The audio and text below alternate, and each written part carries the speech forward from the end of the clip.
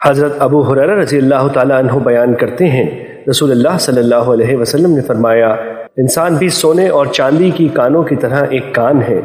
उनमें से जो दौरे जाहिलियत में अच्छे थे वो इस्लाम में भी अच्छे हैं, बशर्ते कि वो दीन में समझ बूझ पैदा करें। मिशकातुल मसाबी हदीस नंबर 201।